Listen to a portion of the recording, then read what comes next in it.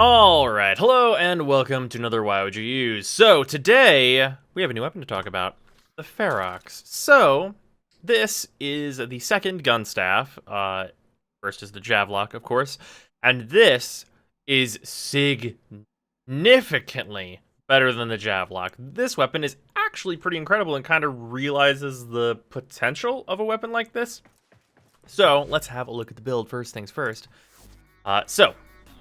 This is pretty standard. I threw 3 form at it just to get like kind of the damage where I wanted. I think this is probably 1 form off from being like a perfect build, I would call it, for this weapon in particular. I put the V and 2 dashes into it. It already comes with a V and a D polarity. The thing that I would change is I would actually swap out the D polarity for another V polarity, probably for bladed rounds or Argon scope if you are really feeling the headshots, but bladed rounds is probably a little bit more consistent on the whole. Otherwise, this is pretty much exactly what I would go with for this weapon. This weapon is very, very solid. It has very high base stats. You got that 2.5 crit multiplier, 30% base chance. Like, that's really strong. Having a 0.5 charge rate is actually not too bad at base, though I've added a speed mod just to make it a little better. And beyond that, it has very solid, just general damage numbers, so you can do some serious damage with this thing. Unlisted bonuses for this is that it has innate punch through, which is very useful. And other than that, it is hit scan. So this weapon doesn't look hit scan. That's one of the things about it. Whenever I first got it, I was pretty convinced that it just had a very fast projectile, but it is actually hit scan. And you can do the test for that we normally do, which is just shooting through a wall. I know it has hit scan. Okay, so it has the innate punch through. It can't be used with a Vara. We won't show that now. Take my word for it. It's hit scan. It can't be used with a Vara.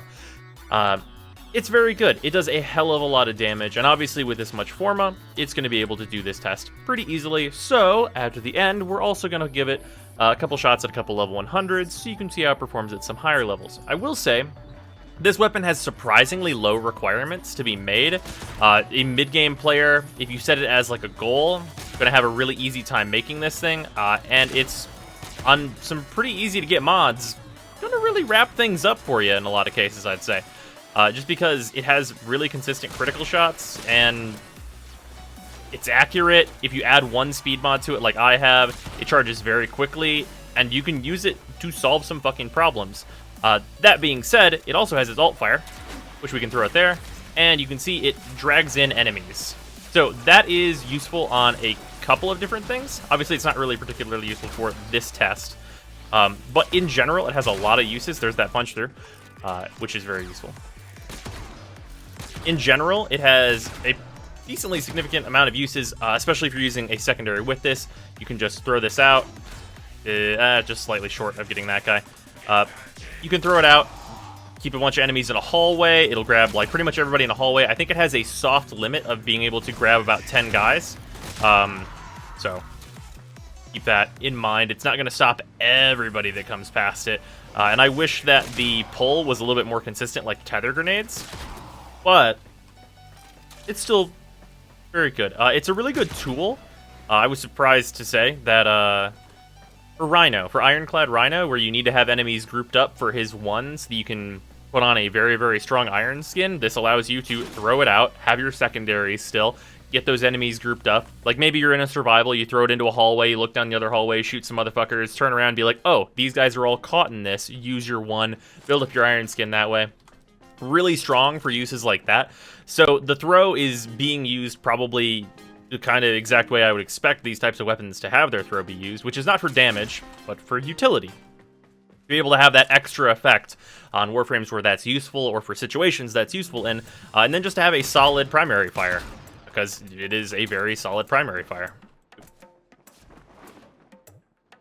It is really nice. It's very efficient, and it'll go pretty damn far.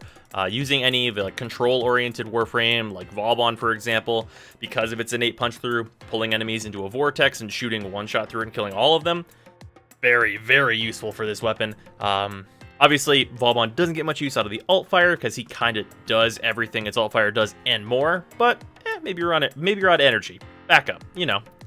So let's also throw a level 100 healer at this so you can see kind of just the health only damage you're going to be getting out of this. And on a headshot, this will kill instantly, which is worth noting.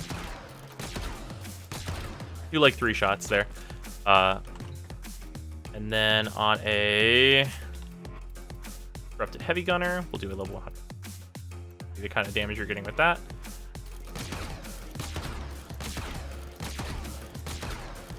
And then these are headshots. So you can see headshots are obviously very, very good for this critical weapon. Solid damage, honestly, for a weapon that is pretty easy to build overall.